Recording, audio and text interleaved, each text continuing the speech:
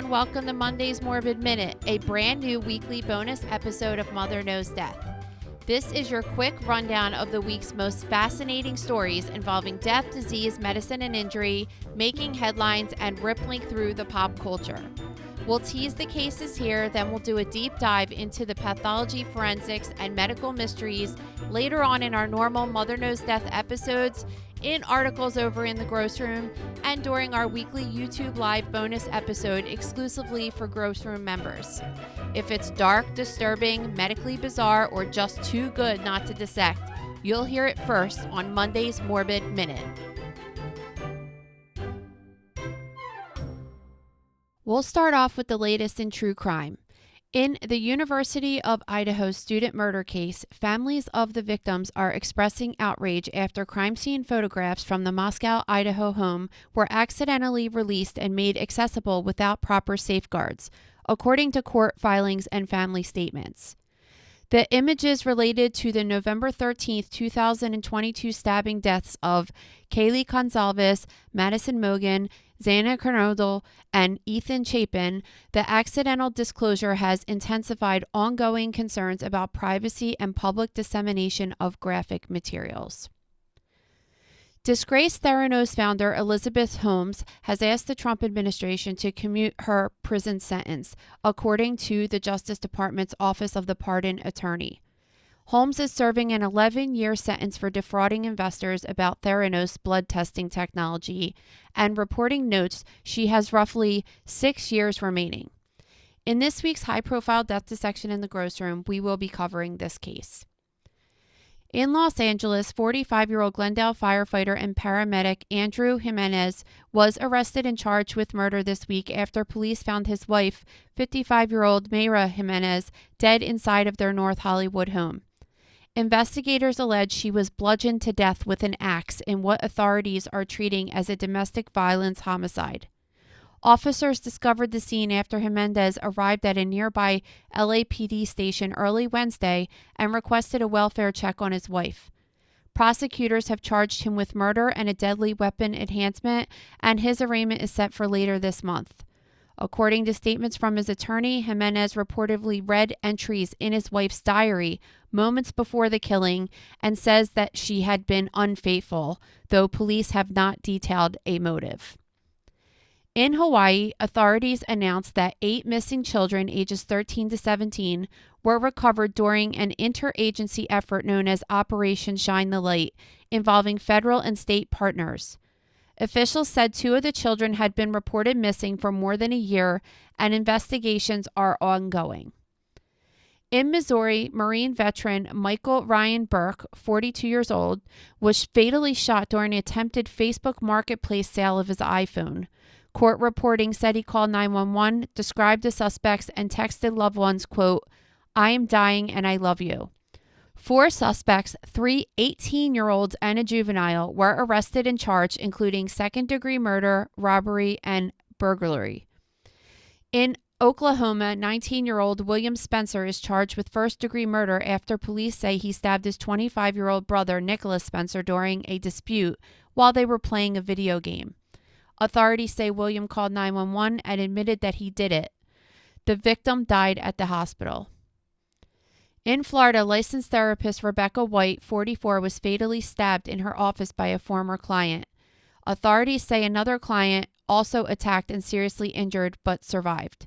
The suspect fled and was later found dead by apparent suicide, and the investigation is focused on how the attack unfolded and the circumstances leading up to it.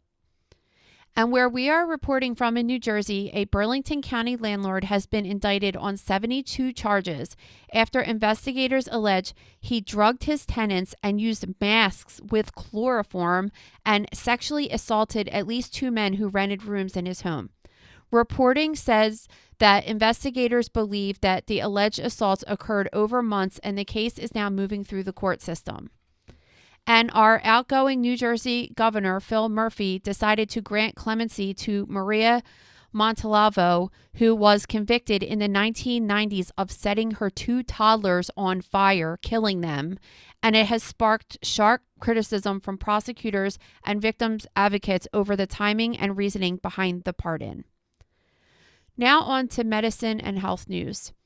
The first case involves IVF. A Florida couple filed a lawsuit alleging an embryo mix-up leading to the woman giving birth to a baby who is not biologically related to either parent. The lawsuit states that genetic testing confirmed the mismatch, and it also raises the possibility that another family could be unknowingly raising the couple's biological child. A first-time mom's viral TikTok moment generated discussion after she gently slapped her mother from kissing her newborn, citing concerns about illness exposure and personal health history. A Florida woman spent years in legal battle trying to have her dead son's child. After her 21-year-old son, Nicholas Evans, died in 2009 from injuries sustained while intervening in a fight, his mother pursued a legal and medical effort to retrieve and preserve his sperm posthumously so he could still have a biological child, something that she said he always wanted. She obtained a probate court order allowing the retrieval and faced years of legal, ethical, and financial challenges, including assistance from the recipient of her son's donated heart.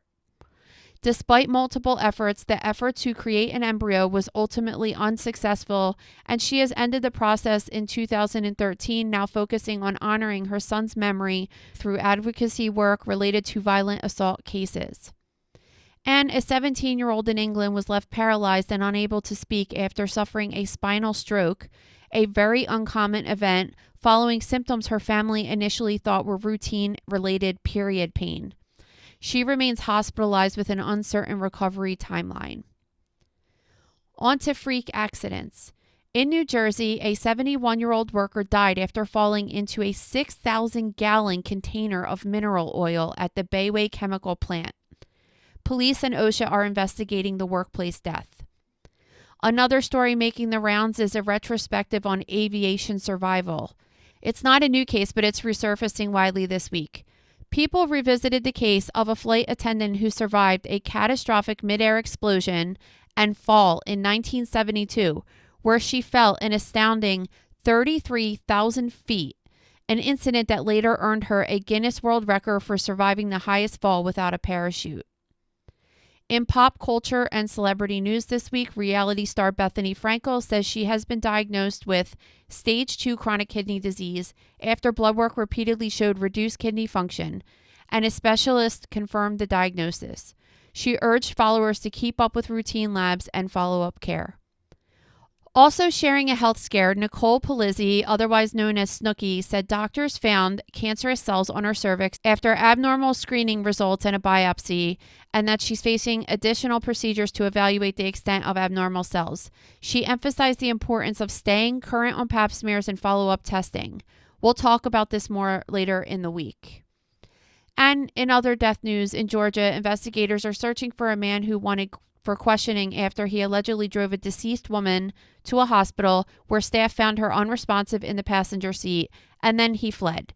An autopsy is expected to determine the cause and manner of death, and authorities have not said whether the man has been charged in her death at this time. A review of Ontario euthanasia under Canada's medical aid in dying law sparked debate about consent and oversight after reports said a woman was euthanized shortly after expressing a desire to stay alive. The case is under review by authorities.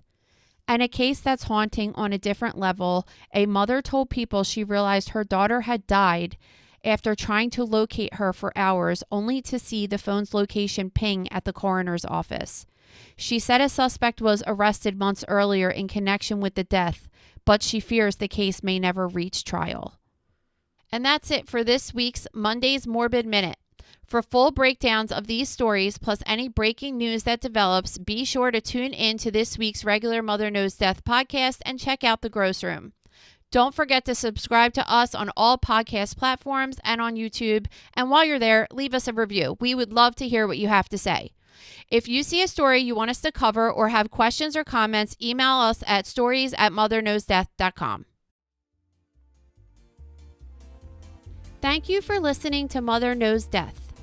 As a reminder, my training is as a pathologist assistant. I have a master's level education and specialize in anatomy and pathology education. I am not a doctor, and I have not diagnosed or treated anyone, dead or alive, without the assistance of a licensed medical doctor.